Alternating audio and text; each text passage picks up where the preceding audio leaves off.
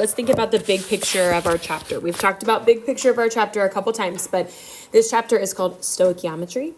And that essentially means us being able to put quantities to chemical reactions, right? That's the whole point of our chapter. Being able to answer questions like, how much product can I make if I put in 20 grams of this and 30 grams of this, right? That's really what the overall goal is for this chapter. So we've gotten really good at converting between grams and moles and understanding those quantities. And now we're going to start looking at the chemical reaction side of it. How do chemicals go together and react, okay? They are in what's called a chemical reaction. And a chemical reaction happens when one or more substances are changed into something new. Change into something new. That's really important. If I have an ice cube and I melt it down, is that considered a chemical reaction? Right? It's still ice, right? It's still water. I guess I shouldn't say ice. It's still water. It's still H2O. What type of change is that called? A physical change, right? It's a physical change. It's not a chemical change. There was nothing new that happened. So in a chemical reaction, we know that something is changed, or another way I like to say it is that something new is formed. Okay, something new is formed. That's another way that we can think about a chemical reaction. In a chemical reaction, we know that it is made up of two distinct parts. Okay, something called the reactants and something called the products. Have you heard those words before? Reactants and products. If I have a chemical reaction looks like this, A plus B yields C plus D, which of those sets of things are my reactants? A and B or C and D? Which are the reactants? A and B. A and B. These are the reactants. They are the things that are mixing together. They are doing the reacting. And then C and D are obviously called the products, right? It's what is produced in a chemical reaction. Okay, so the reactants are the left side, or what's getting put in, and the products are what comes out. Are we all in agreement on that? Does it matter how many reactants we have or how many products we have? It doesn't make any difference in terms of a chemical reaction. As long as we put in something and get out something, it's considered a chemical reaction. Something new, I should say. What about this little arrow right here? What does that mean? It means that A and B changed to C and D. Yeah, good. It changes into that. Did you have another word you wanted to use? Okay. Sometimes this arrow, we say it demonstrates equals or yields, right? It produces this. That's what that arrow is telling us. All right, what are some ways that we know a chemical reaction has taken place? If I mix two things together, some ways that I might know that a chemical reaction takes place is that if we see a color change. If I put two clear things together and it turns yellow, that tells me that something's happening, doesn't it? Right? If I see something being exothermic or endothermic, what do those words mean? Do we know? Agreed. It does have something to do with temperature. What do you think? Endothermic is when it heats up on the inside, and exothermic is when it expels heat. Exactly. Endo and exo means into and out of. So endothermic means heat's flowing into the system, and exothermic means heat's flowing out of the system. We removed heat from the system. So if we put things together and they start getting hot or they start getting cold, those are examples of chemical change. Do we see examples of these like in our everyday like consumer lives? Yes. What do you think? Cooking. Okay, true, but at that time we actually turn something up, so it's electrical heat typically. How do we get things to magically, I'm going to say magically in quotations, right? What is, I have a very specific example in my head. I'm trying to think if we can get there. Something where we're not using heat, we're not using fire, we're not using electricity to make it heat up. Or house. What'd you say? Like house or like. Okay, body heat can do that, but no, that's not what I'm thinking of. So the example I'm thinking of is hot hands. And so those little packets, we have to shake them. What does the shaking probably do? It mixes those molecules together, right? It probably ruptures something, it mixes those molecules together. And when that happens, then a chemical reaction takes place. That is exothermic, right? It is sending heat out of that system, right? So that warms it up. What's the opposite side of that? Do we see things can get cold? What about those little like ice packs that you see in like med bags? What do you have to do to get those going? like snap them or crack them, right? Is it a magical sound that's making the reaction happen? What's probably happening there? Isn't there like a little, there's like a little bag or something else in that? That's right. Breaks? That's right. There's probably a capsule of something within that ice bag. When you break it, that reaction happens and it turns cold, right? Same thing happens with a glow stick, doesn't it? Right? What do you have to do with the glow stick? You have to snap it, right? There's some sort of interior capsule that's not releasing that mixture until you want it to, so we can glow when you want it to, right? So those things aren't magic. It's chemical reactions happening. All right, formation of a gas would be like if it starts to bubble, right? But it's not heating up, it's not boiling. So what's a really common example of that? You guys probably did it in like middle school science. Oh, Baking soda. baking soda. Baking soda vinegar, right? Baking soda vinegar that gives us CO2 or something as our gas. I don't actually even know what the gas is. It might just be oxygen. I don't know. But it bubbles, right? And then the formation of what we call a precipitate. A precipitate is where I put together two things that are like in liquid form or two dissolved things, and all of a sudden a solid forms. Right? So I put together two things that are liquid and a solid forms. That means whatever one of the products that was formed is not soluble in water, and so it stays as a solid. It doesn't dissolve back. Okay, we're going to actually do a reaction of that in our lab for this chapter, so that'll be a good one. Okay, so those are some ways that I might know that a chemical reaction has taken place. Okay. All right, let's look at some things that we have to see in chemical reactions, some different characteristics. When we use a chemical reaction in math form, it's just called a chemical equation. And we saw that was like A plus B yields C plus D, right? Obviously, A, B, C, and D are just placeholders for whatever chemical formula should go there. So when we do a chemical equation, we have to have the correct formulas for products and reactants. That's why we did naming first, right? If we're supposed to put in lithium sulfate, and we put in lithium sulfite, I've got one less oxygen than I'm supposed to have. And so my reaction is not going to end up equaling each other, right? It's not going to be, it's going to be no good. So we have to make sure that when we build our formulas, we have correct formulas, okay? When we write out a chemical equation, remember this is a chemical equation. Our whole goal of a chemical equation, right? Let's take a step back for a second. A chemical equation is essentially the full recipe of a chemical reaction. Do we understand that? That's really what we're showing here. It's the recipe, okay? And so in order for the recipe to be complete, we have to make sure for chemical equations that the law of conservation of mass is satisfied. So let's remember, what is the law of conservation of mass? Mass can't be created or destroyed, right? That's what the law of conservation of mass says. Mass can't be created or destroyed. So let me say it in a simpler form. If I have an equation and I put in 4 hydrogen atoms into this reaction, how many hydrogen atoms should come out of that reaction? 4, right? If there's 4 hydrogens on the reactant side, there needs to be 4 hydrogens on the product side. They might not be bonded together, they might be rearranged, but they need to be there.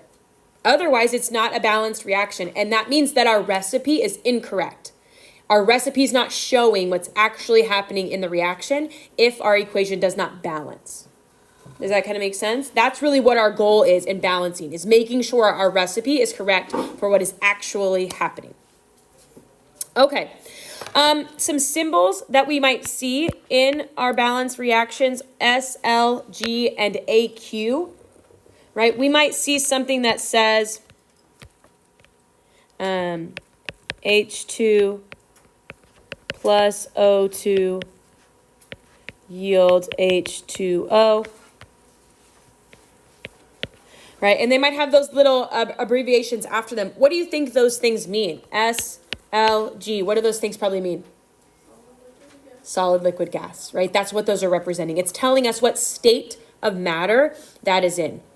For what we're doing right now in our problems, that's really not affecting how we solve anything. When we get into more advanced chemistry classes, those things will make a difference. But for us right now, it's not that big of a deal. And it's not something I'm going to ask you to include all that often.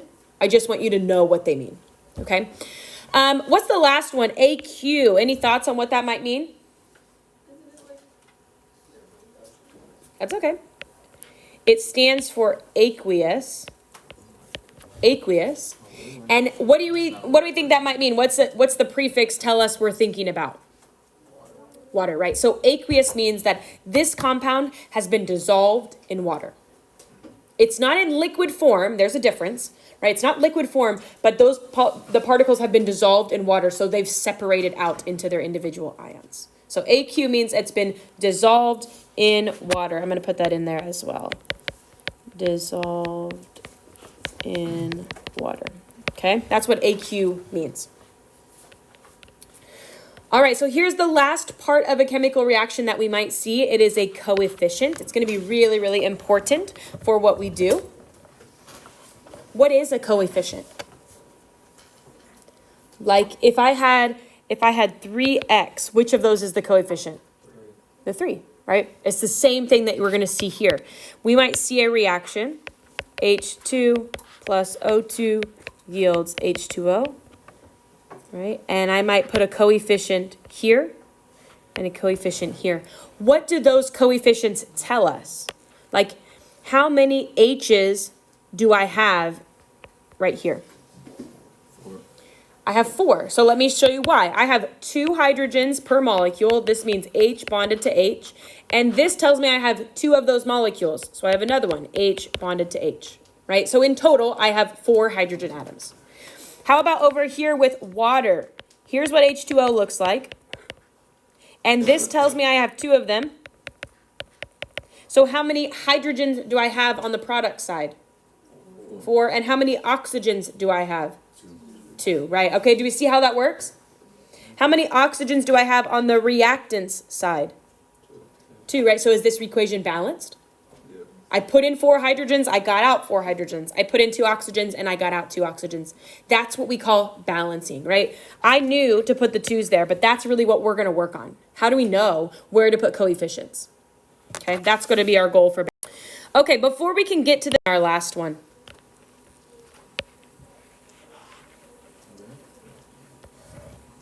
What would that be? Synthesis, right? I take 2 simple molecules and I put them together to make something more complex. Very good. Types of balancing. We're going to learn about the different categories or types of chemical reactions. You will have to be able to identify.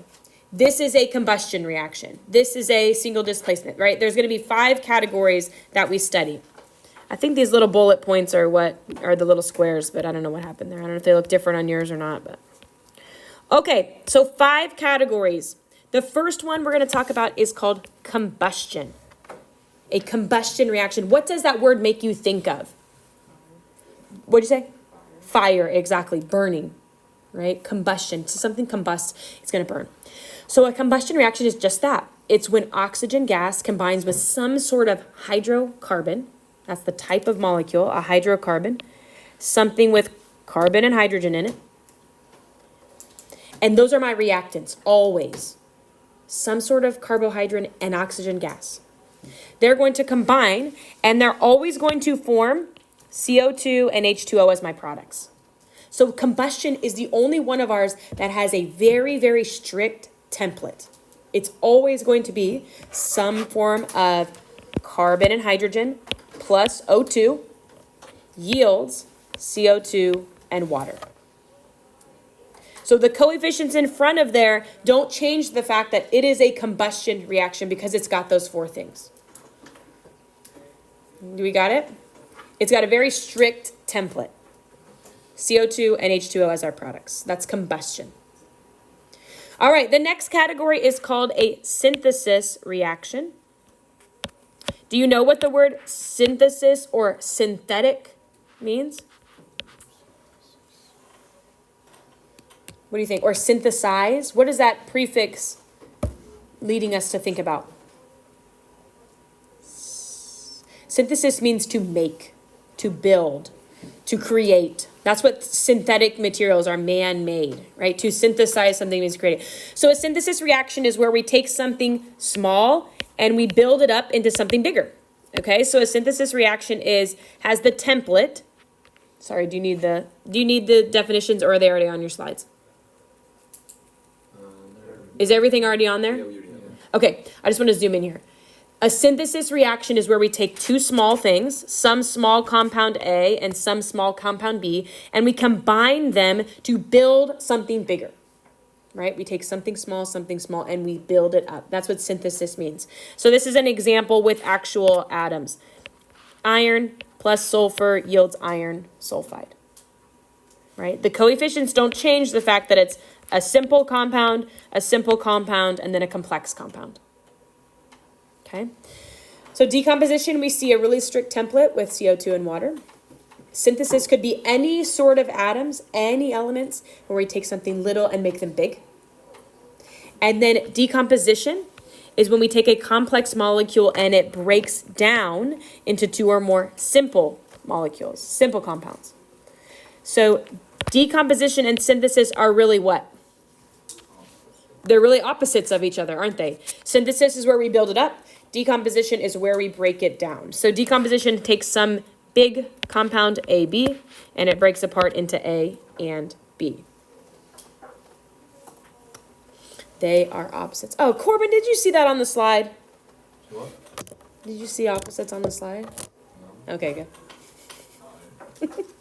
When I asked what they were, everyone should have shouted it. It was on the slide. All right, very good. Tell me any questions about being able to categorize these particular formulas. Okay. What about this one we just looked at? Okay. I want to get through here these last two. All right, single displacement. Single displacement. Single displacement is, let's talk about what does the word displacement mean? To move it around, right? If I'm going to displace something, I'm going to take its spot, right? So single displacement is when one element trades places with another element. Just one. Okay, so if we look at the template here, some compound A is by itself, B and C are bonded. Now A has moved into that slot, right? It's switched places. And now A is bonded with C and B is by itself. Single displacement is not one that we see very often. We don't study this one as much, but it is something that we can be able to pick out. Okay, so here's the example down here. Sodium chloride plus potassium yields now potassium chloride and sodium. The way that these things go together depend on if they're cations or if they're anions, right? How they can bond. We wouldn't see sodium bond with potassium, would we? Right, because they're both cations. So that would be something we'll have to look at. Okay, the last one seems like the most complex, but it's actually the simplest one, I think, to pick out. And it's the one that we will work with the most often, and that is a double displacement reaction. A double displacement reaction is when the cations and the anions of two molecules switch places, and it makes everybody have a new partner. Okay, so we've got cation and anion, and they will switch partners. Okay, so double displacement. Two things are getting displaced. So let me show you in this template here what I'm talking about. I'm going to get that one out of the way for right now. Just focus on the A, B, C, D part. In an ionic compound, if this is an ionic compound right here, A, B, which one of those has to be the cation? What did we say? Which one has to be the cation, A or B? A, because it comes first, right? This has to be cation. This has to be anion. That means this is cation and this is anion. Agreed? So when they get new partners, A has to bond with what? Can it bond with C? No, right? It can't. So A has to bond with D. So the outsides come together. And what does B have to bond with? C. So the insides come together. So that's what I think about in a double displacement. The outsides are going to come together and the insides are going to come together. But see how it's written over here? A plus D. But it's not written BC, is it? Why is it written CB instead? C is the cation and B is the anion. So when we build those new compounds, we have to build them from scratch and we have to make sure that cation comes first. Okay, so let's check this example I have down underneath here. Lead nitrate, lead 2 nitrate. Lead nitrate is the cation anion, cation, anion. So we would expect lead to come form a new compound with iodide. Is that what happened?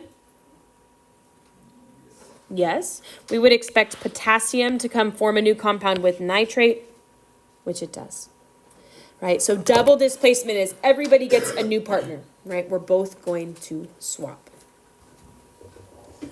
All right, how are we feeling about that? Good? Very good. Okay, I'm going to stop us right there for today. And I'm not going to send you with any homework because I want to get into the balancing part of it before we get to the homework. So I'm going to take away that homework on the outline.